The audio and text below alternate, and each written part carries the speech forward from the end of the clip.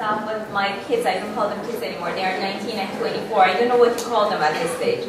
But they are grown-up men. And it's actually so wonderful. I'm so happy I had my kids early in my life. Because now, guess what? I'm free as a bird. So I mean, there's really something to look forward to, Sometimes mother, they have nervous breakdowns when the kids move out. I had a celebration. I'm telling you, it's not a bad thing at all. You have to look on the bright side. As long as they're okay, as long as they're good kids, and as long as they're out there doing good stuff, that's all a mother can ever wish for. So good luck to you all. Now, let's jump to the topic. Now, how many of you have read any of my books? Okay, you're not exactly majority, so I apologize to those of you who have read any of my works, because I have to cover some ground to make sure that we are all in the same boat. So I was born in Tehran, Iran in 1965, and back then Iran was not an Islamic republic. We had a king and we called him the Shah. So I grew up in downtown Tehran, kind of, let's say, like Queen Street or Bloor Street. And we rented, we didn't own them, we rented, my mom and dad, they rented 2 apartments in downtown Tehran on top of a furniture store and a restaurant. And in one of them, my dad taught ballroom dancing. Oh yeah, ballroom dancing in Tehran. And in the other one, my mom had a beauty salon. So I literally grew up between the sounds of the cha-cha and the tango and women with really big poofy hair. When I looked out of my window, I saw a 4-lane street with a lot of cars, very modern skyscrapers, people going about doing their stuff, doing their shopping, whatever it is people do downtown. And at the time, 98%, 99 even probably, of the population of Iran were Muslim. And the remainder were Baha'i, Christian, Zoroastrian, and Jewish. And the majority was with the Baha'i. Now, I am a Christian. I am from a Christian family, so I'm originally Christian, from a tiny Christian minority in Iran. I went to a Zoroastrian high school for girls, not because I'm Zoroastrian, it was close to my house, and it was a good school, so that's where my mom sent me, and it was really a good school. Now, I'm just curious, how many of you know who Zoroastrians are? If you do, please raise your hand. It's actually much better than what I usually get. Usually there is nobody.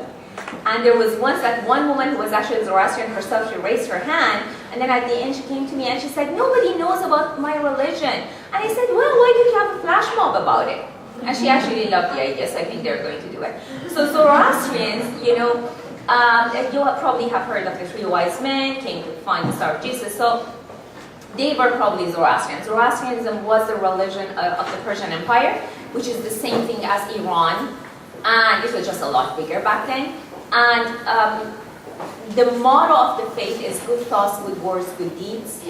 And again, it was the religion of the Persian Empire until the 7th century and the attack of the Arabs, when they came and they brought their religion, Islam, with them. And very gradually, Zoroastrianism was almost wiped out. So right now, maybe there are 10,000 of them left in Iran, and there are a few thousand of them scattered all over the world. Beautiful religion, nice people. I never ever felt discriminated against because I was such a part of such a small religious minority in Iran. Never ever. The only time I felt a little different was in school at lunchtime, because my mom always packed me ham sandwiches. And ham sandwiches are very, very exotic in Iran. Nobody had ham sandwiches. And everybody else brought these beautiful stews left over from last night. I wanted their food. It was much nicer. But because there was only one of me and 40 of them, everybody wanted my lunch. So I would have a lineup of people in front of me at lunchtime who wanted to trade. But one of me, 40 of them, so I had the upper hand.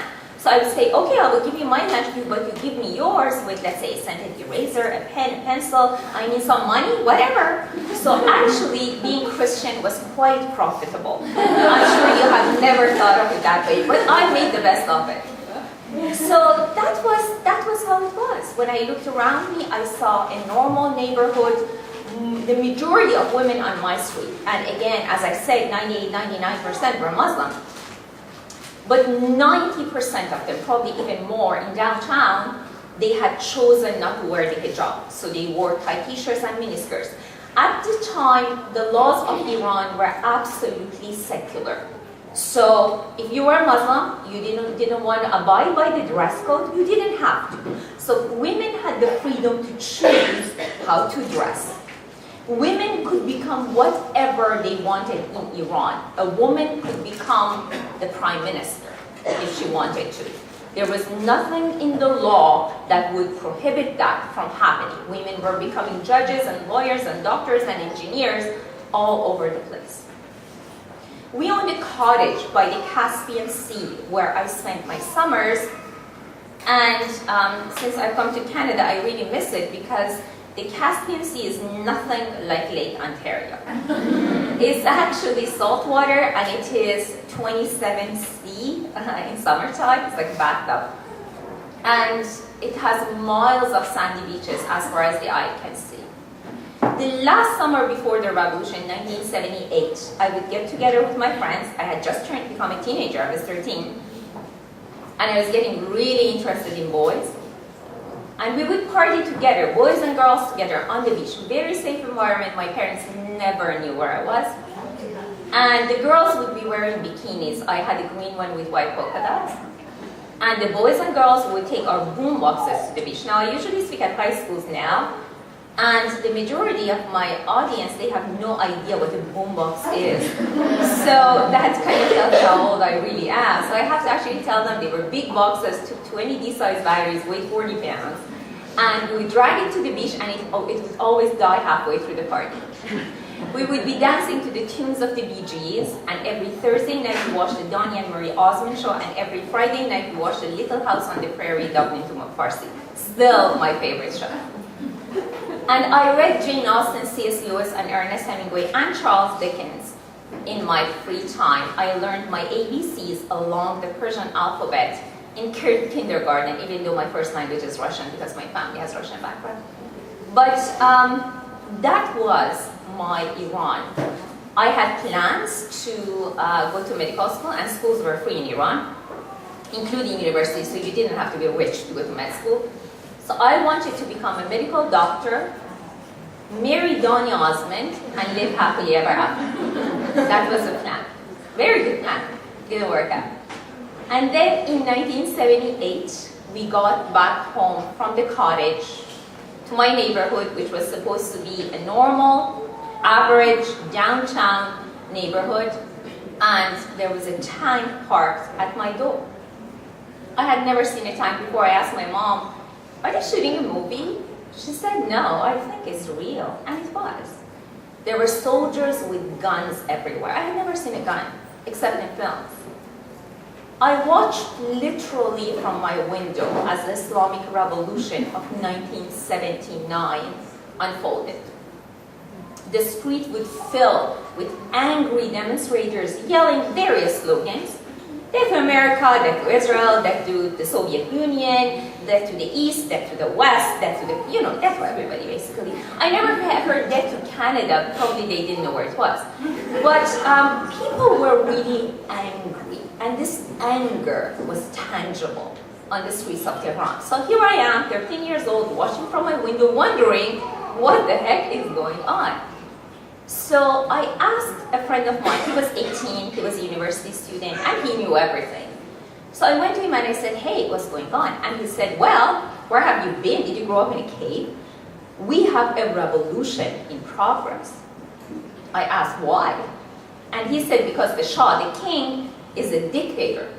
And I had to ask, "What's a dictator?" And he said, "Well, if you speak against the government, if you write anything against the government, if you demonstrate against the government, you could be arrested, tortured, and maybe even executed." Really? Yeah. I had no idea. I was 13 with my head in Jane Austen and the Bee Gees. I had absolutely no idea. My family were not political. I didn't care about politics. Okay. So now I was beginning to understand where this anger was coming from. I could understand that being arrested and tortured and executed is probably not exactly fun. So the revolution in Iran, I don't want to get into historical detail. I can if you want, because it's going to be another 3 hours on top of everything. But I'm not going to make you suffer with that. So the revolution in Iran, and I'm not getting into the history, it succeeded. Ayatollah Khomeini, who had become the leader of this revolution, he was a religious leader, let's say kind of like the Pope for Catholics, but he had become extremely political. Imagine if the Pope wants to run a revolution and run Italy. So that was the situation. The people trusted him. I spoke with him. And the majority of my neighbors, of my friends, they were Muslim, they were good people, we had grown up together, fantastic people. They all told me, why do you even worry? Because I was worried. I mean, if you are a member of a tiny, tiny, tiny religious minority, and this guy comes and says, hey, you're going to have an Islamic Republic here, your natural reaction is going to be, okay, great, but where am I going to fit in that exactly? Can you please enlighten me? And this is what most religious minorities in Iran were asking. Religious minorities were concerned, and naturally so. But everybody says, hey, Ayatollah Khomeini is a religious leader. He's saying Iran is going to become a democracy. And that's exactly what he was saying. He was saying, when I come into power, I'm going to give the power to the people and I'm going to step aside. He even promised the people of Iran that electricity and water are going to be free. That the oil money, billions and billions and trillions of dollars, is actually going to be ending up in the pockets of Iranians. Everybody loved to hear that. And everybody said, you know what, he's a religious leader. How can he possibly be lying?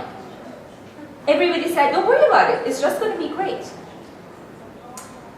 There has never been a revolution in the history of mankind, and right now we are having many of them, so it's the hot topic of the day. There has never been a revolution in the history of mankind where people get on the street and say, hey, we want a horrible dictatorship.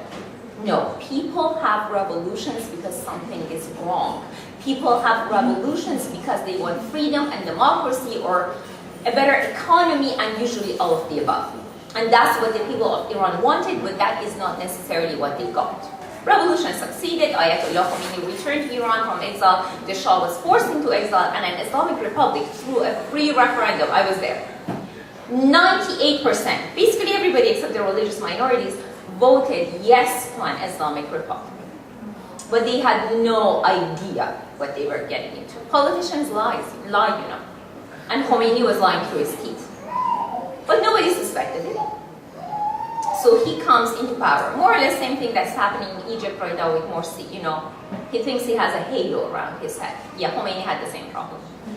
So, an Islamic Republic was announced. The schools had been shut down for about 3 months. They reopened, and I was thrilled to go back to school. Let's imagine, you have been cooped up at home. You're 13.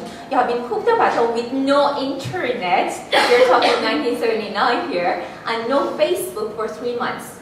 What do you want more than anything? To go back to school, to your friends, and catch up. And that's exactly what I wanted to do. So here we go, back to school.